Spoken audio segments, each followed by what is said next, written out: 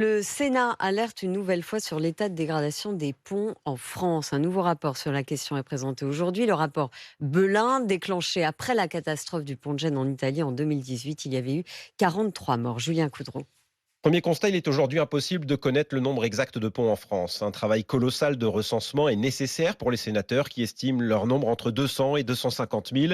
90% gérés par les collectivités territoriales, le reste par l'État. Mais dans près de 10% des cas, il n'y a aucun propriétaire connu et dans les faits, ces ponts ne sont entretenus par personne. Deuxième constat, le nombre d'ouvrages en mauvais état augmente. Selon le rapport, entre 30 et 35 000 ponts posent des problèmes de sécurité. C'est 5 à 10 000 de plus qu'il y a 3 ans. Près d'un quart des ponts gérés par les communes sont par exemple en mauvais état structurel et il faudrait entre 2,2 et 2,8 milliards d'euros pour les réparer selon les sénateurs qui regrettent que les moyens déployés ne soient pas à la hauteur des enjeux.